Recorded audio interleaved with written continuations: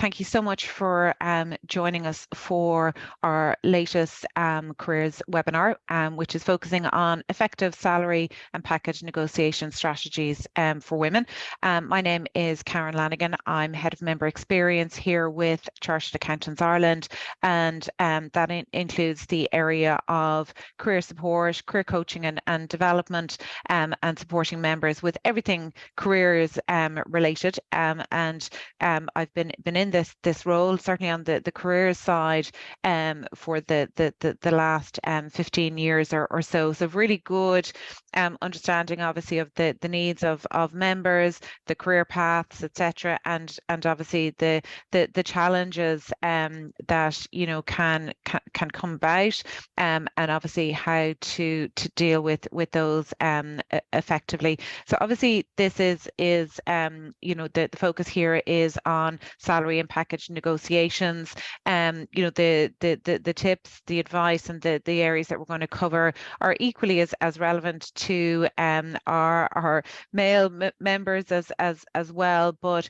I have looked at this, I suppose, kind of through the lens of female members, because there are some kind of specific nuances, shall we say. So we're going to be touching on that, but it is very much I suppose like tips that are relevant irrespective of gender. So basically my objective for today is to provide you with advice in relation to developing the skills and, importantly, the confidence that you need to successfully negotiate your package. So when I say package, I mean salary and obviously benefits as well, because salary, the actual salary is one thing, but obviously the overall package is important. So we're taking that kind of, I suppose, wider perspective on it, and just making sure that the outcomes that you secure, that they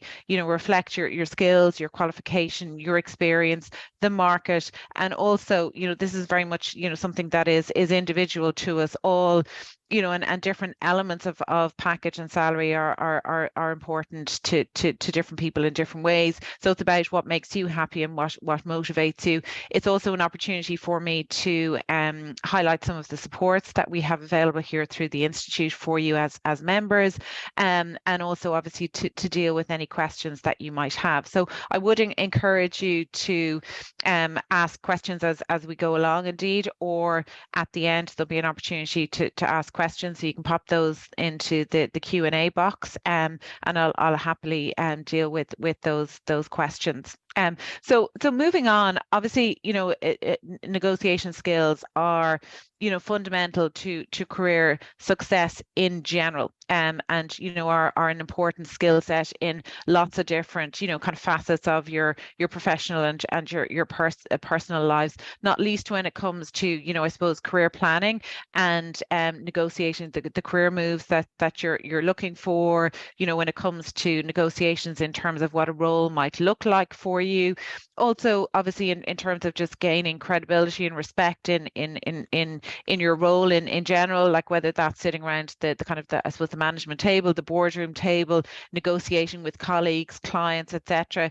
Even things like looking for resources and support within your organization. So it I suppose covers a whole kind of facet or myriad of different areas, including obviously then your salary, your overall package, and indeed working conditions and things like flexible working, etc., which is obviously very much at the forefront of I suppose the way we work now, and your ability to negotiate a structure and a setup that works for you. So some of the challenges that can be faced in this space, there are a number of them, and obviously like very few people actually feel comfortable going in and negotiating salary. It's not something that many people kind of relish, and there's always that bit of, I suppose, a cringe factor. But that definitely is a scenario or a situation that is definitely more challenging for women. We tend to be less likely to ask for money or kind of push that that so much. We're more likely to kind of stay in roles that are slightly lower or paying, and we're just, I suppose, less assertive in that space, and tend to avoid kind of those kind of scenarios, and putting ourselves in what can be those kind of cringeworthy, or I suppose what we feel are those kind of awkward positions.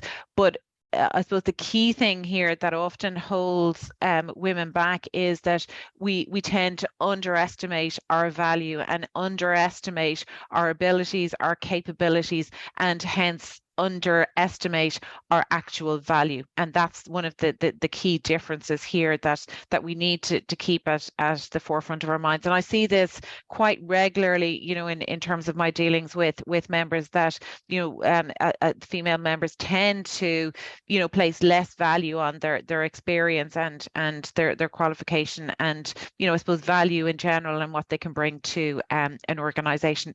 So I suppose before we delve into the detail, it's important here to kind of take a bigger picture view of this, and looking at this in the context of taking control of your career overall, because negotiation skills are one aspect of it, but you're going to be in a much stronger position to negotiate for your salary if you're on the right career trajectory, you're on the right career path. I suppose that your career generally is going well, and that I suppose that you're doing a good job, you're leveraging the skills, you're playing to your strengths, you're getting the opportunities to really shine. So once all of those kind of elements are in place and things are going as you would like it to, then obviously the next stage then, or the next consideration, is really to ensure that the salary and the package that you're being offered, or that you're earning, obviously is reflective of the qualification, the skills, the experience, and your actual market value. But I suppose you do need to consider this in the wider context of your overall career management and how you approach that. So what is some of the research telling us? And it's interesting just to look at this, and this is where I was saying that there are some nuances here that are different for women as opposed to our male counterparts. Is that, like, according to Glassdoor, in a fairly recent survey, they're saying that women are less likely to negotiate their compensation, with 68% of women not negotiating pay, compared to about 52% of men. Similarly, then, women graduates in Ireland expect to earn up to 14% less than their male counterparts. So again, you can see that I suppose that this challenge is not something that happens just when you're in the workplace. It seems to be kind of endemic almost, or conditioned from an earlier stage. In the US, then, a study of graduating MBA students found that 50% of men had negotiated their job offers, as opposed to 12%. 12.5%. And then, according to the Harvard Business Review, women are rewarded with a raise after asking just 15% of the time, while men's salaries are increased 20% of the time after asking. So look, I suppose some food for thought there in terms of the backdrop, and I suppose why it's particularly important for female members to consider their approach in this space. So that said, there are reasons to be positive for sure, because you can absolutely take control of this. I suppose the dynamic and the backdrop that we're operating in now is a positive one, in terms of there's a much bigger focus on the whole area of the gender pay gap, and gender pay reporting is obviously coming on stream now as well. So employers are much more conscious of this particular area, and the gaps that are there. So it's a good time to kind of take action. Also, as well, I suppose the market in terms of the talent shortages again does give, kind of a I suppose a positive kind of backdrop as well. And look, there are lots of resources out there to help you to kind of plan and prepare for any salary negotiation opportunities that come up. So it's I suppose a good opportunity in that sense to be prepared. So look, I suppose what I'm saying essentially here is that look, there are positives that can be taken and can be leveraged to your advantage in these situations. So what I'm going to do now is take you through a number of top tips to help you to secure the outcome that you're looking for in terms of the your any salary negotiation conversations that you're having. As I mentioned earlier, success in this space and the outcomes are very individual, because each of us have different, I suppose, expectations and requirements in terms of what we're looking for, and that can relate both to, I suppose, kind of salary in terms of your base salary, but also to the package, and also as well how that's made up. Can obviously change over time, but there's different elements of it that will be more important depending on the stage of your career. So a simple example would be, say, for maybe when you're starting out in terms of your career, the pension side of things may not be as important, but as you move throughout your career, there may be more focus in terms of making sure that you have put aside a good pension pot for when you retire.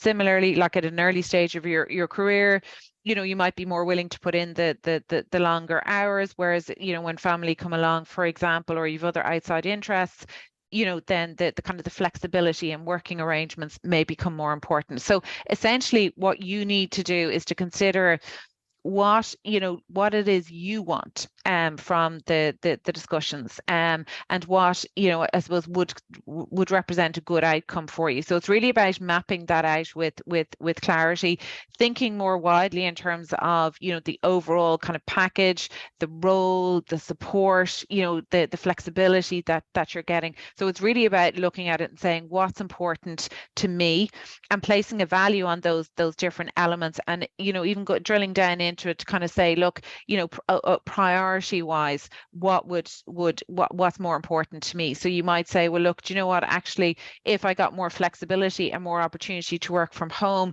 that would be a win for me over and above, a salary increase. And we have seen it from previous salary surveys that, in many instances, members are would be happy to be more flexible in terms of base salary, as a trade-off for getting more kind of flexibility or work-life balance. So it really is just comes back to what's important to you. So being really clear in terms of what's important to you. I think I think like you do also need to consider that for some organizations that there are elements of the package that are more negotiable than other elements. So an example here would be, say, annual leave. What you tend to find, and I know this from my years in recruitment, that organizations are less flexible around giving, for example, additional extra days, holidays, because if they do it for one member of staff, they need to do it for another. So they like to have kind of consistency across the different elements, understandably. So you do need to just bear that in mind, that some elements of a package are going to be more negotiable than others.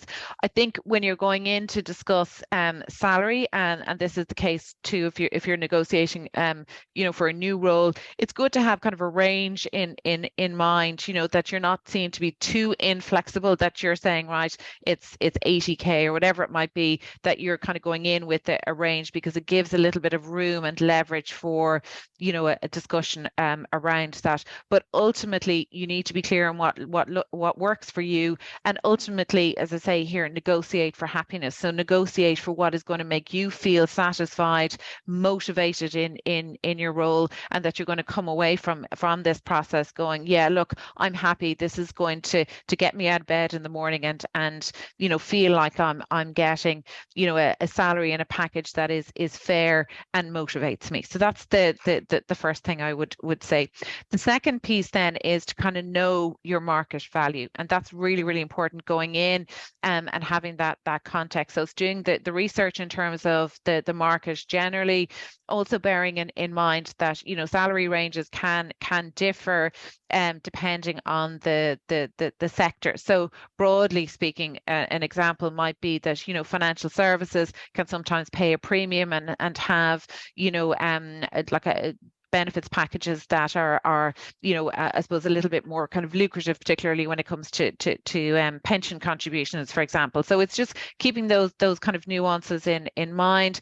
It's important, you know, to kind of speak with your peers and your network and really understand, you know, kind of what's going on in the market. It's checking out the salary surveys specific to, you know, accounting and finance or whatever area it is that you might be working in, you know, and speak to the recruiters in that space. You know, pick up the phone to ourselves here within the career service and the institute, and we can give you, you know, a benchmark and guidance in relation to, you know, what level you should be pitching at based on your experience and based on our insights of the market. So I think it's important going into any salary negotiations that you have, you know, gathered objective and realistic insights from the market, and then just making sure that you're considering the overall value of the package, because you will, in some instances, some companies may pay slightly less in terms of base salary, but, you know, then, for example, they might, you know, have a more attractive bonus package, for example, or they may make higher contributions to pension. So it's just thinking about this in the round and the overall value of the package, combined with obviously what's important to you at any particular stage of your career. The next tip I would have is that, you know, getting the timing is really important. So, you know, I'm sure you've heard that expression, timing is everything, and it really, really is. So it's making sure that, you know, you can consider, I suppose, the overall cycle within the organization. And most organizations will have, you know, a time of year typically where they do their salary and performance reviews. So it's making sure like that you're in sync with that, because you're much more likely to be successful if it's in line with that. HR typically don't like, you know, kind of requests coming from left of field. So, you know, my advice is, if at all possible, stay within that cycle.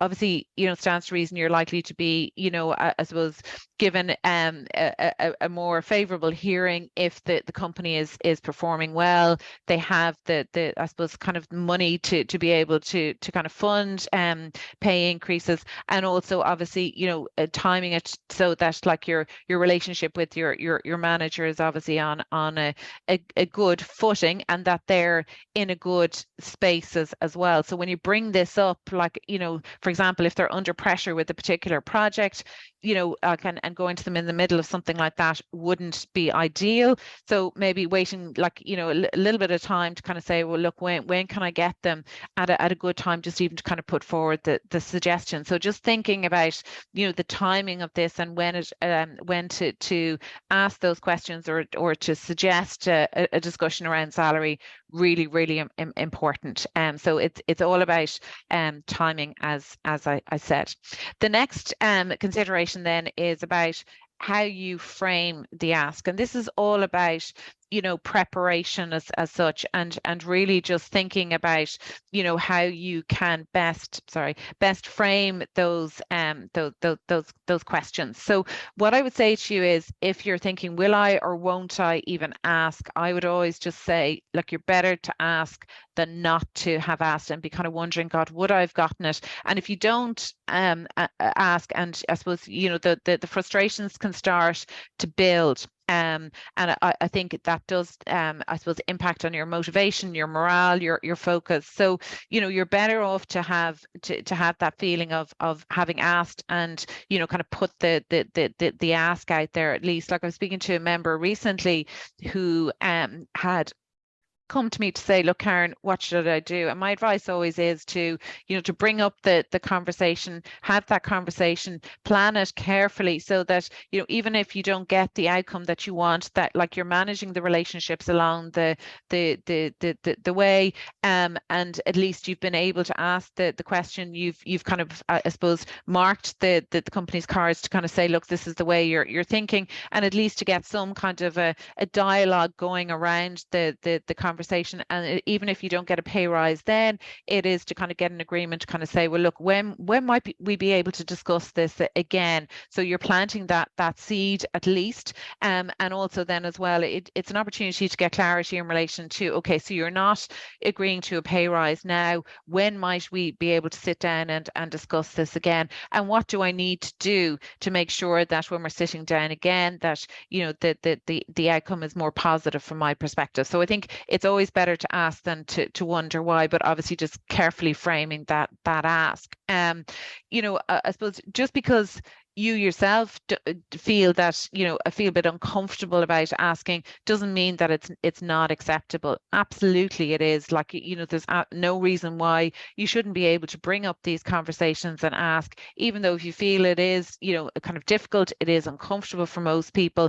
But, often employers are kind of expecting nearly for you to bring this up, particularly in the current environment. So look, again, I would suggest that you do bring up that conversation, but, obviously, keeping in mind that you need to frame that very carefully and plan it in terms of how you go about that, and really think about it from, the person sitting on the other side of the desk. How is this going to land? And just framing that ask very, very carefully. As I mentioned earlier, it is about, having those I suppose those details to hand in terms of, the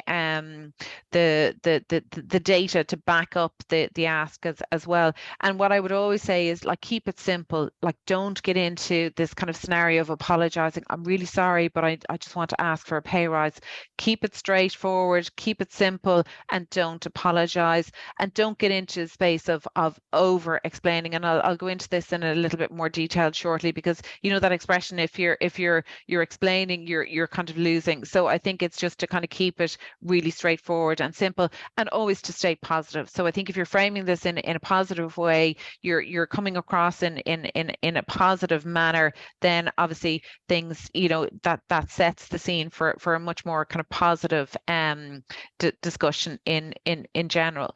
So just to give you a sample of some of the kind of the opening lines, and to give you an example of what I'm talking about there. So a couple of examples. One is, you could start by saying, look, I've been reflecting on the last 12 months and my contribution to the organization and my salary history, and I feel I should be considered for a pay rise. Can we set aside some time to discuss this further? So really, as I said, simple, straightforward. You're not getting into the space of over explaining, and you're not apologizing. Similarly, you could say something like, thank you for making this time to meet with me. So this is obviously when you're in the meeting.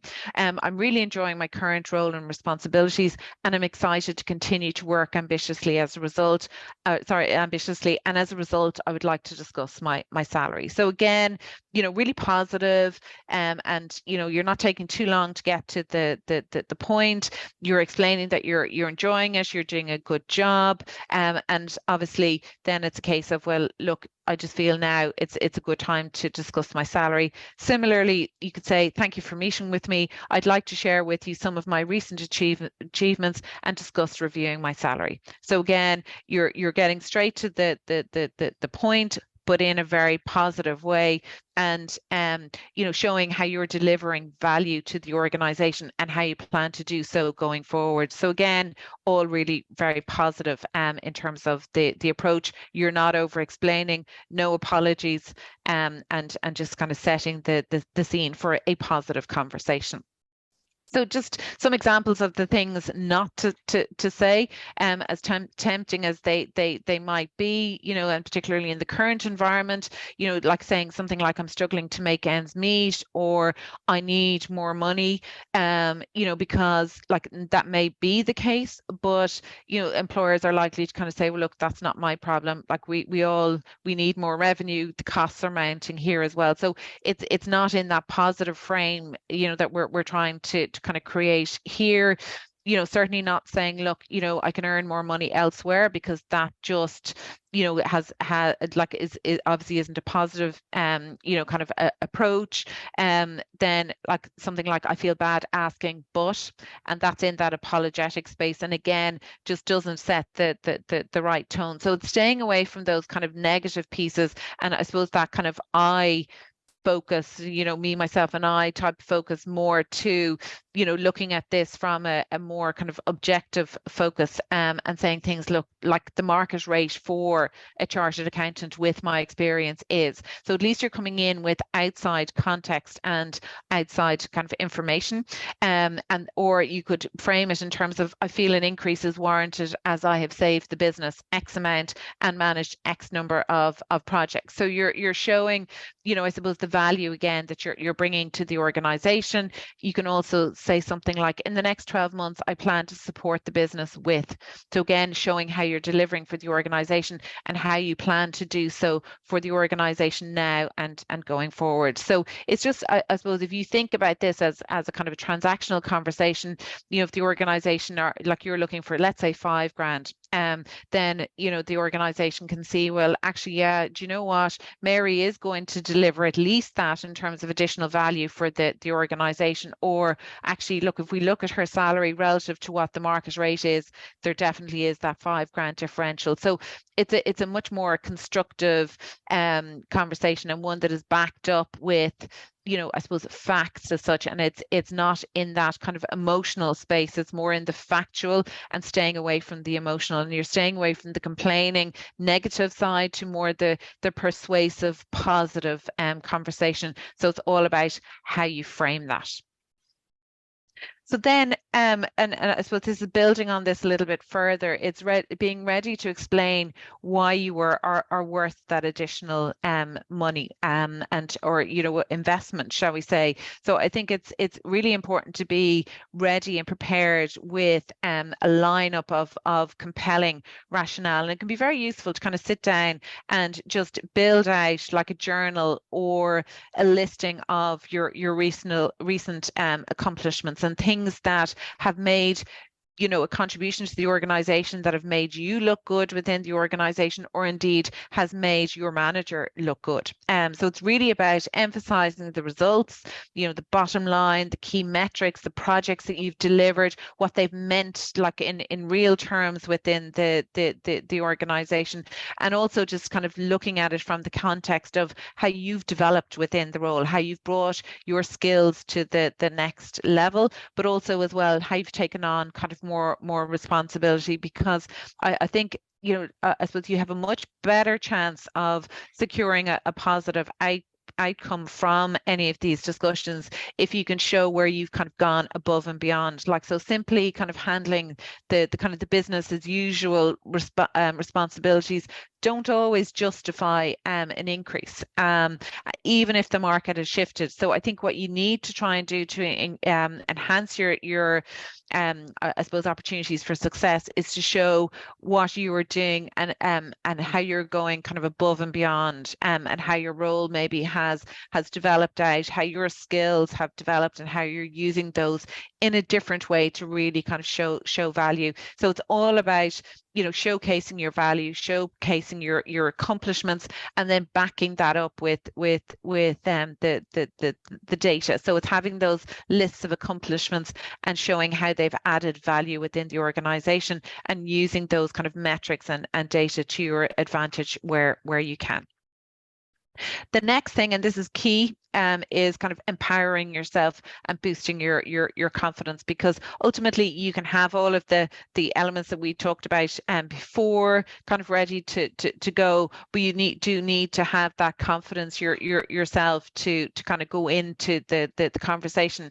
Now, making that list of accomplishments can really help, because you're going in there armed with that information, knowing that, look, I've done a really good job, and having that preparation done. It's like going into an interview. If you have that preparation done, then that's half the battle. But you really do need to kind of psych yourself up, and I suppose be sending yourself the right messages around this to kind of say, look, I can do this. I can go in there. I can make a good case for myself, and this is how I'm going to do it. So even just to do a bit of a role play or preparation around it and practice it, I think can be really, really important. Even if it's just to sit in a room yourself, talk it through, and even just kind of work through the conversation to kind of be able to set out your stall.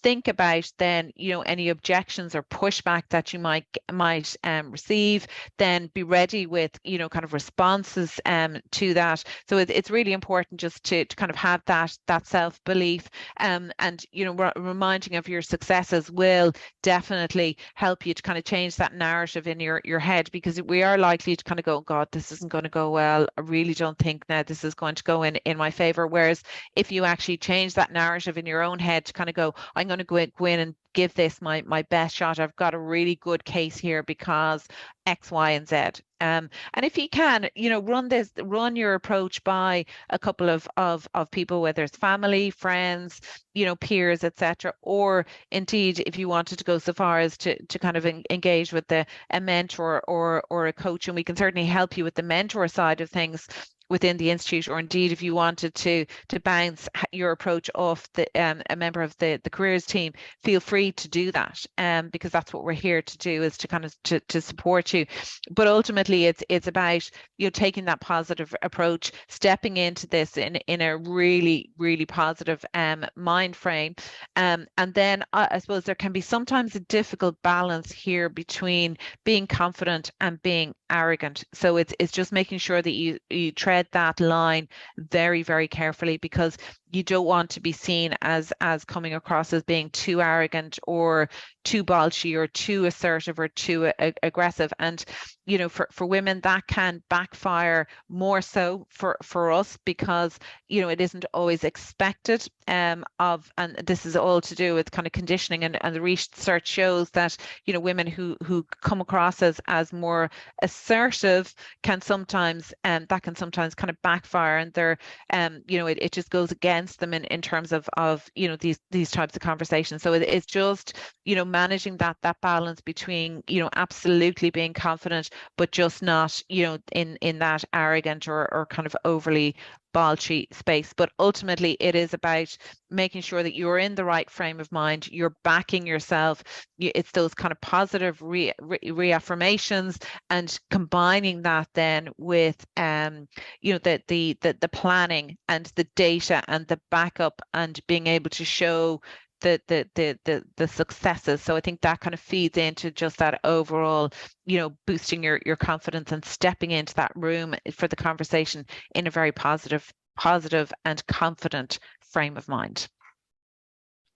Moving on then, so basically the next tip is around making sure that you're not totally inflexible. So absolutely know what it is you're looking for from the conversations, but do make sure that there's a couple of options that you have in mind. So if you're not getting X, then how about Y? Or just kind of play out a couple of different kind of scenarios that could work for you, and even to kind of plot it out, to kind of say, look, this is the best outcome, this is another option, this is something else that could be considered. As I've said before, it's looking at the overall value of the package. And I suppose just thinking about this in terms of in the round, what outcome would make me kind of feel satisfied overall, and looking and saying, right, well, look, if I didn't get, maybe the full amount in terms of salary, if they were to pay for a course for me and invest in my personal development, or show me, more kind of visibility in terms of my career path and career development, would that be an option? Because that could be, because if they're showing you, a pathway for you to kind of develop within the organization, you'd like to think that it stands to reason then that, over time your salary will naturally increase as well. So ultimately, you're on a better track. So it's really just about showing a level of flexibility there, and I suppose having thought that through in advance so that you're prepared in case other options are kind of put on the table. Now, obviously, you don't have to accept there and then. It's totally fine to kind of say, look, I really appreciate the offer you've put to me here today. Let me just take a little bit of time to think about it, and let me come back to you. The other scenario is that, like, they might say, look, there's nothing we can do for you at this point. The option there is to kind of say, well, look, okay, obviously, that is disappointing to hear, but could we agree that we'll have a further conversation around this in 6 months time or 12 months time? So that's absolutely fine to do that, because then at least you have visibility around the process, that it's not look at just a dead end no, which could be quite disappointing and demotivating, but at least you could say, when could we review my salary again? When would suit? Can we put a date or a time frame in place for a further conversation?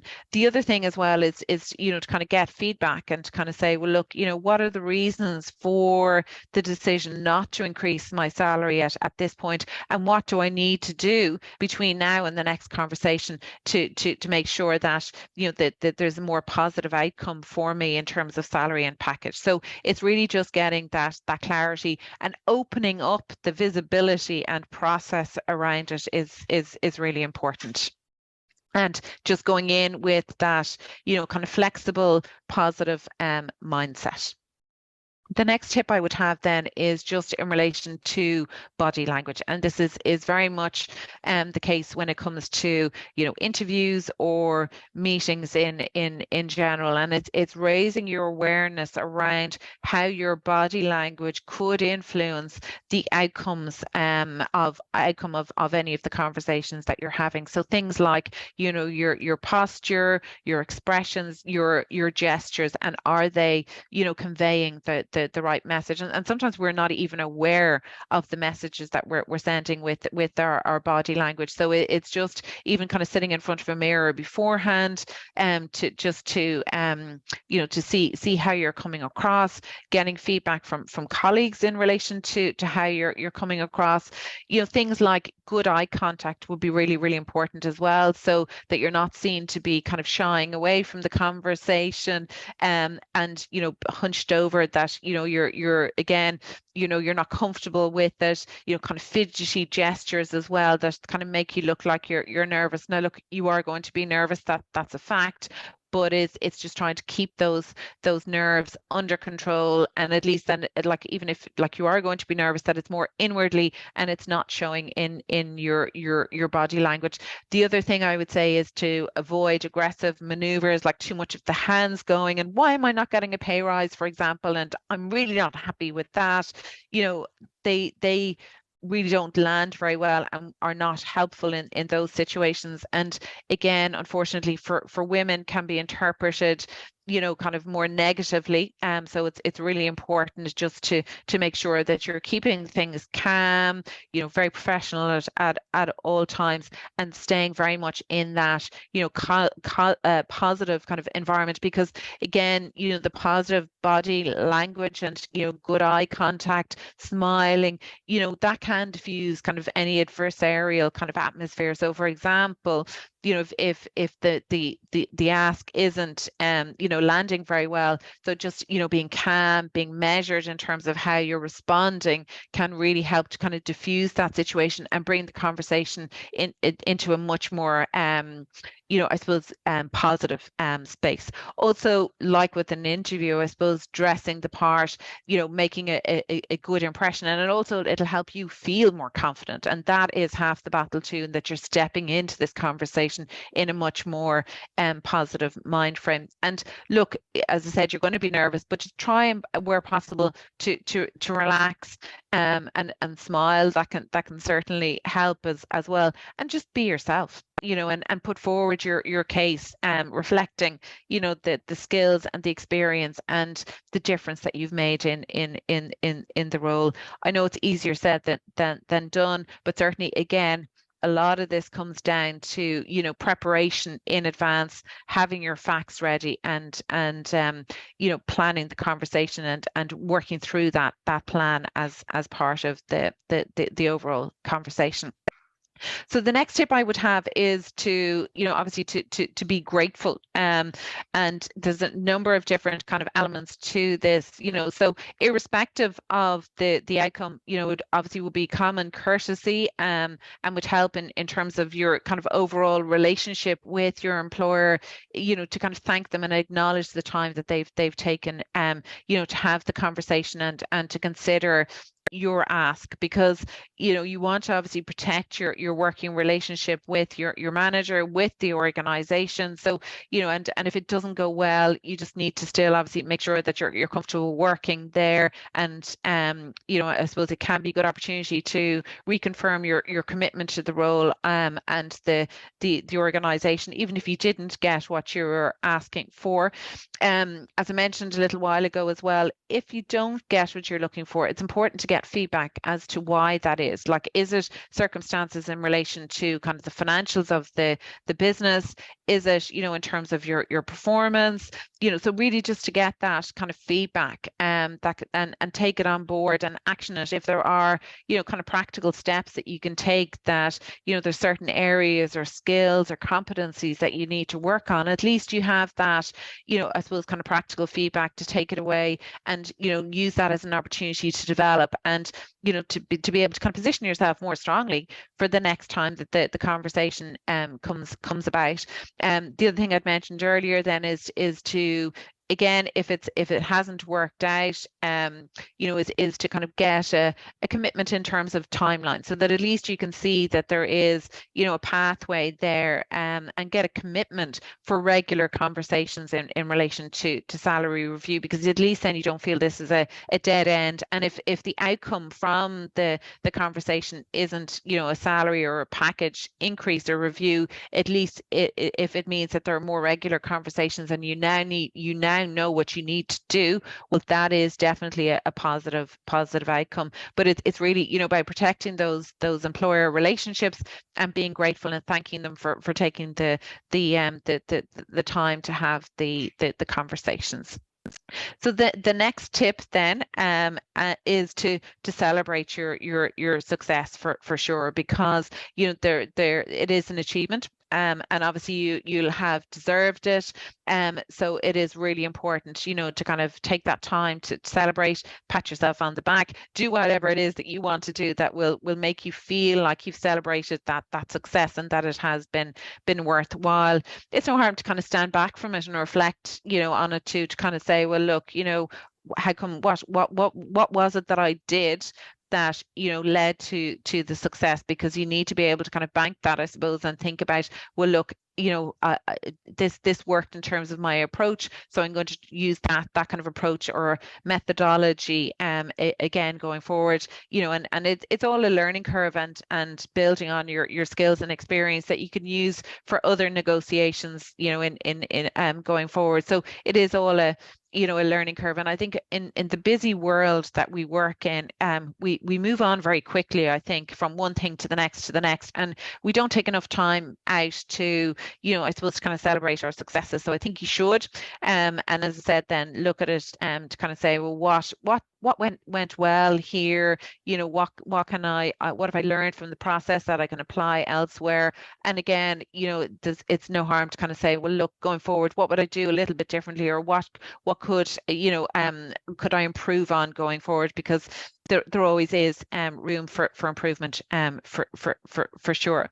So they're the top tips that I have. I wanted to kind of take the opportunity to just give you an overview of the supports that we have available through the institute, just in terms of career development, career management, including, you know, kind of salary negotiation and advice. We're happy to give you, you know, impartial advice and support in that space, whether it's in terms of how you handle the process, market information, you know, what we would expect, like somebody at your level, with your level of experience and market expertise, what you should be earning. We also have a recruitment service, so if you are looking to the market, by all means, you know, do contact us. We also have a competency map, which can be really useful too, just in terms of plotting out, you know, I suppose kind of your next career steps and the skills and competencies that you need to help you move to that next level. And also then a range of other career related webinars online as well, you know, on a whole range of different topics.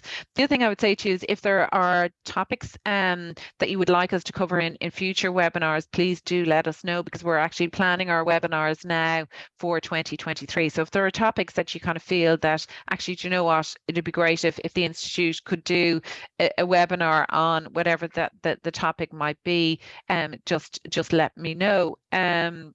Okay, so I have a couple of questions here. So firstly, thank you so much for the questions. The first one is, will a copy of the slides be sent around? And absolutely they will. So I will be sending those slides around afterwards. And also we will we've recorded the session here today, so we'll be sending around a copy of the recording, or a link to the recording as well. So the other question that we have here is, do you have any examples of specific non-monetary benefits that are on offer in the market at the moment? So the typical ones tend to be the likes of pension, VHI or health cover. There's other ones like, say, you know, travel tax saver cards, for example. The others then could be in the kind of the education spaces as well, like support with further education and training.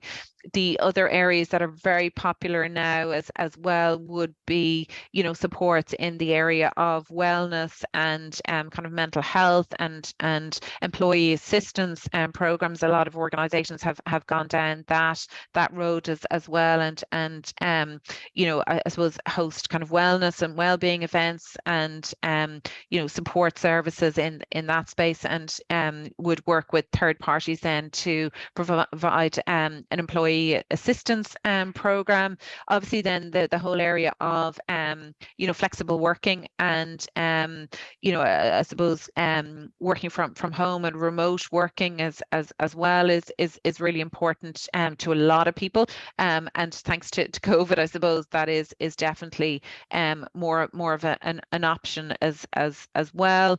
Some organizations then, you know, provide the option in terms of annual leave, so that the longer you're working with an organization, the more annual leave you have. Some organizations will allow you to buy additional leave, for example. So hopefully that gives you a sense of the non-monetary I suppose benefits that are available.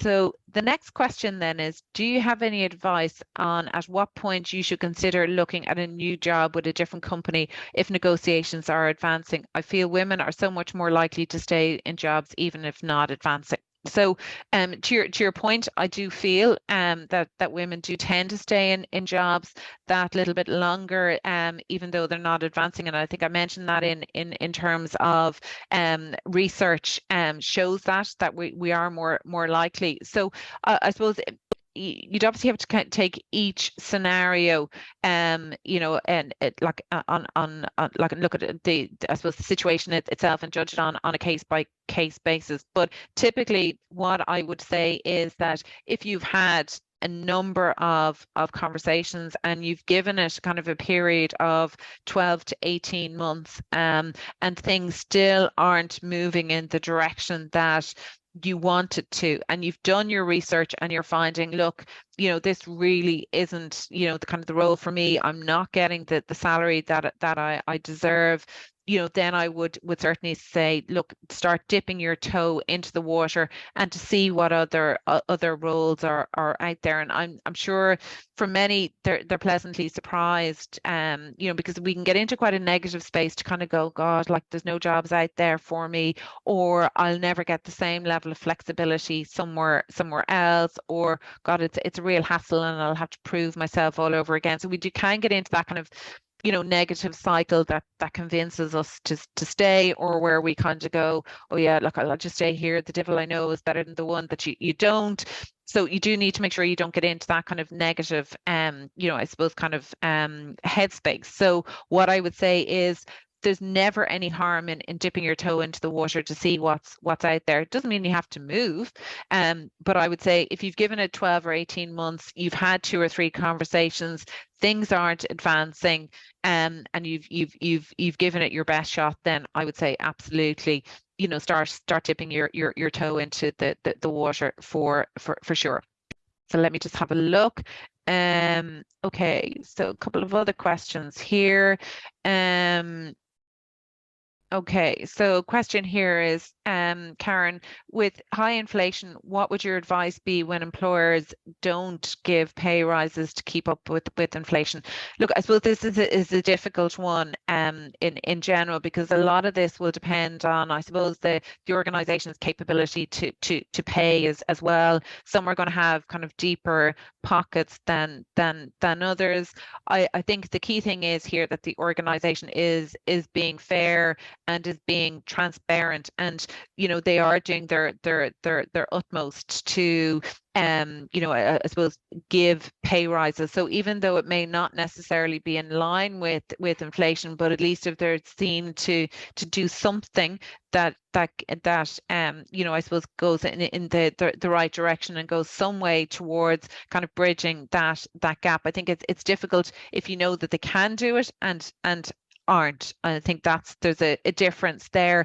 You also just need to look at this in the round, and you know, some companies, for example, kind of know that, look, we can't meet the expectations in terms of inflation at the moment, but we are willing to be more flexible, say for example in terms of working from home, because we know that you know, saves you know, employees money, or there's a benefit in that. So I would be looking at things in the round as well, because to be fair, some organizations won't be able to match the inflationary environment that's out there at the moment. And obviously, as accountants, you'll understand that they're afraid to kind of to bake in those costs kind of moving forward as well. So it definitely you know, is something that you know, I would say look at the broader picture. The next question then was, how long do you have to be in a company before you ask for an increase? I would say definitely 6 months. Because generally speaking, you will have a 6-month probationary period. So I think, you know, if you feel that, you know, you've come in at a level that you're kind of thinking, gosh, maybe I should have come in at a higher level, or, you know, just for whatever reason you're not totally happy, you know, that 6-month kind of probationary period is the kind of the first opportunity, I suppose, to have that conversation. Sometimes it may not always be wise to go straight in and ask at that point. It depends on how things are going and how the relationship is. It can sometimes be better to wait, you know, till the 12-month mark, or you know, for the next time that the salary review process is being undertaken by the organization. So hopefully that answers that question. And I think I spotted another one coming in there now. So just bear with me a second, just as I scroll down here. Okay, so I'm due for promotion this year and would like to have a salary discussion with my employer in the coming weeks. What would be reasonable ask in terms of salary increase? Would 30 to 40% be too much? As far as I know, there's no standard rate for promotion increase within the company, and is very much on a case by case basis. Okay, so this is one of those, I suppose, questions that is very difficult for me to give a specific figure here, because it is going to depend on I suppose, the scenario in question in terms of, I suppose, the level of the promotion and what level you're going from to, and I suppose the jump up in terms of the level of responsibility, and the breadth of the role. So without knowing the specifics, it would be very difficult for me to say. I would say, however, that 30 to 40% does seem quite high. I suppose if you were to say, like, off the top of my head without knowing the specifics, I would have thought 10 to 20% is probably more reasonable. But to be honest, without knowing, I suppose, the specifics and the level of the promotion and the difference in terms of your level of responsibility within the role, it would be very difficult for me to say more specifically than that. But by all means, feel free to reach out to me, and we can have a more detailed conversation around that, for sure. And I'll put up my contact details there now in a moment. Okay, so another question then. I've been reviewing the salary survey on the Institute website, and mostly it is data for just qualified or just qualified experience with recently qualified or members qualified with 5 years experience. Would it be right to take a salary in between if I'm in the middle of this experience after qualification? So this particular member is with the company a total of 7 years. So I think what I would say there is that it is going to very much depend on your own kind of situation, because members' careers advance at different rates. So, if you had a member who is like, say, if you had two members who are 5 years post-qualified, they could both be on different salaries, and you could have a differential there of 10K, for example, because you'll have one maybe who hasn't progressed to kind of manager level, and one who does. So it'd be difficult enough just to kind of take that midpoint. It wouldn't be the worst approach in the world, but I think to be more specific and more I suppose accurate about it, it would be best to have a conversation with us. So what I would suggest is, again, I'll pop my contact details up on the screen, and give us a call. We're more than happy just to, or drop me an email, and I can have a specific conversation with you, and we can kind of benchmark, I suppose, your salary versus others at a similar level with similar experience to yourself. So more than happy to do that. So I'm just going to pop up the contact details here for you now. So basically, if you want to contact me, there's my direct email address there, and also contactable via careers@charteredaccountants.ie. So happy to take that. One other question here I have now is, how would you approach having a discussion about maternity leave benefits without your employer then expecting you to be leaving for a few months immediately? I think, I suppose I would frame this in the context of, I suppose, probably the wider benefits package, and to getting clarity in relation to the wider benefits package. So if you don't want to spotlight or bring a spotlight on the kind of maternity leave side of things, I would frame that more widely in terms of the overall benefits within the organization. I think that's probably the best way to do that. And like, unfortunately, that can be a difficulty that we face, particularly if you're negotiating as part, to go into a new organization, and you don't want to kind of spotlight it. I would look for, kind of details in relation to the full benefits package, or very often the employee handbook will give all of those details. So again, you could look for those particular details. So Okay, so one other question that's come in here. It's great to see all the questions. I've been on maternity leave for 1 year. Do I need to reduce the number of years PQE when reviewing the market rate? And I'm finding it difficult to raise the topic having been out of the office on maternity leave. So what I would say to you is no, you don't need to change your years of PQE.